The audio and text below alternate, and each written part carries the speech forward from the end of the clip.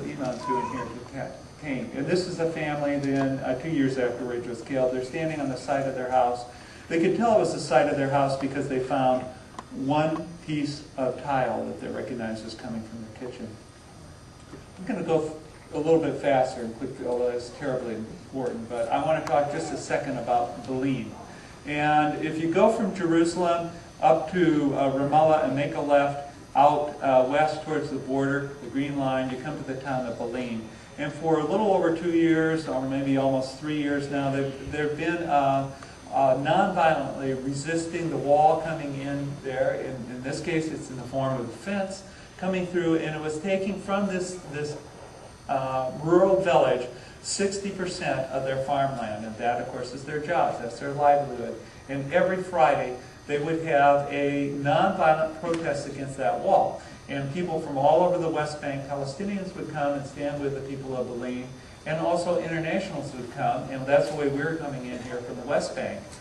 This was taken on the last Friday in 2005. We're going through there. And it was a very non-violent protest there in the sense that there was no conflict. The IDF weren't doing anything that day either, although they were present.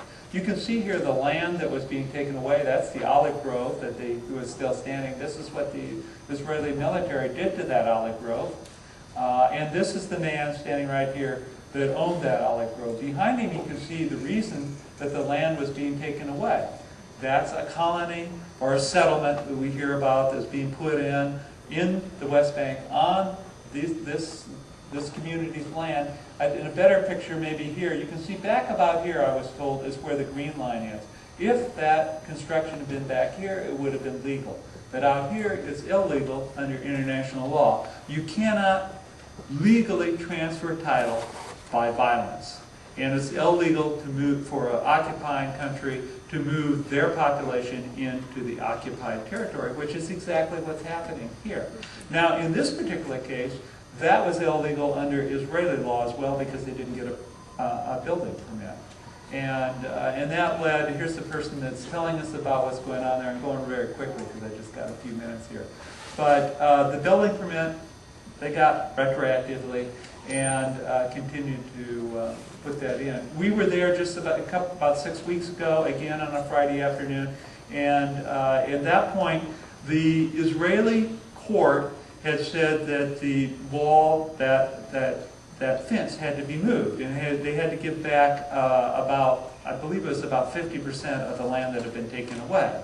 And the Israeli military was saying, no, we'll give you back 50% of the 50% that we're supposed to be given back. But all that had been ruled, I think, in October, or anyway, last fall, and the fence hasn't moved whatsoever. So on this Friday protest, you can see up here, here's a rope kind of up here, and what they did is they came in with a grappling hook, threw it over this fence, and they were trying to pull down the fence, which wasn't met with a whole lot of praise by the Israeli soldiers on the other side, so they were spending their time trying to gas us with tear gas. So you can see in this picture, there's the tear gas was taken from a little bit farther away. It's being shot. Up here is where the fence is. Down here is where we've backed off to in this picture.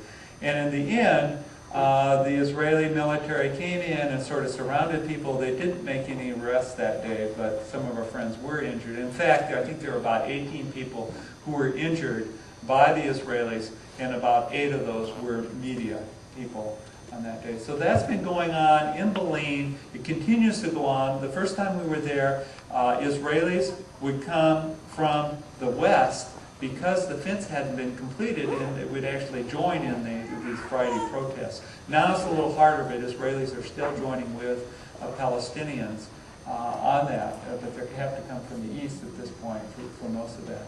This picture is taken in Rafah with the breakout in January 2004, where it still is a nonviolent act, even though they used explosives. They blew apart that wall so that they could get out 2 medicines, 2 food, because while Gaza does not now have settlements in it, it's still under a state of siege, and it's actually locked down in some ways a lot more violently in that sense than it was before when there were settlements there. I want to leave with just a couple of positive things, and then we'll take the Q&A. This is a group of 3 of Rachel's friends from college. one of Rachel's dreams was to have a sister city relationship between her own town, Olympia, and Rafah. And her friends in Olympia took up that dream, and these students, along with 3 others, I believe, were in Rafah for about 2 months in the latter part of 2005, and there we joined them in the Rachel Corrie Youth and Cultural Center in January of 2006, and they were working with people in Rafah trying to make that dream come about. And this is the last picture I'm going to show you because I think it's so beautiful. I think it's a wonderful mother-daughter picture, as you can see there. And the neat thing about this picture is that the mother is Ahmed. Of course, she's Muslim. She lives in Rafah, and the daughter, Laura Gordon, is a Jew from Pittsburgh. Laura went to Israel on Birthright Israel. A number of you probably know about that program to try to get Jewish people, particularly from North America, to Israel to find their Jewish roots, I think, in a sense, and to bond with Israel. And Laura went as an 18-year-old. She looks about 14 there, but I think she's 18, maybe 19 years old. She went on that program and was there. A friend of ours talked her into going for a day to the West Bank to see what was going on there. Talked her into going for a day down to Rafah. She said she saw Rachel in the back of the room on that trip, but she didn't really talk to her. Then when Rachel was killed, Laura was in Haifa, and she calls her dad in the United States and says, "Dad, do you know where that American was killed? Down in Rafah? I'm going down there." So you can imagine her dad's reaction. He sent his little girl, to go on Birthright Israel, and now she's headed down to Rafah. Laura went to Rafah. She stayed 10 months. She taught herself Arabic, or as a linguist says, Rafan, because it's so, local. And she spoke it fluently by the time we were there. And she stayed, we were there in September of 2003, and she stayed, I think later, so almost through the end of that year. And by that time, I really think, even including media people, she was the only Westerner that far south in the Gaza Strip. There was a terrible invasion that happened in October, and she was there for that.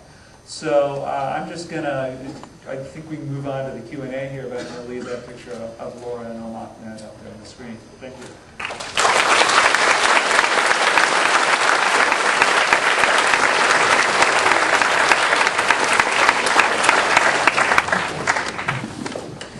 Before we get started with the Q&A, just a reminder, we'll be having a book signing immediately outside, right after the questions and answers. They'll be around on the right. So now we're going to open up to Q&A. There are 2 mics in the front. Please line up in front of the mic if you'd like to ask a question. Please keep the question directed at the topic in the presentation, and we'll alternate mics. We'll go left, right, left, right.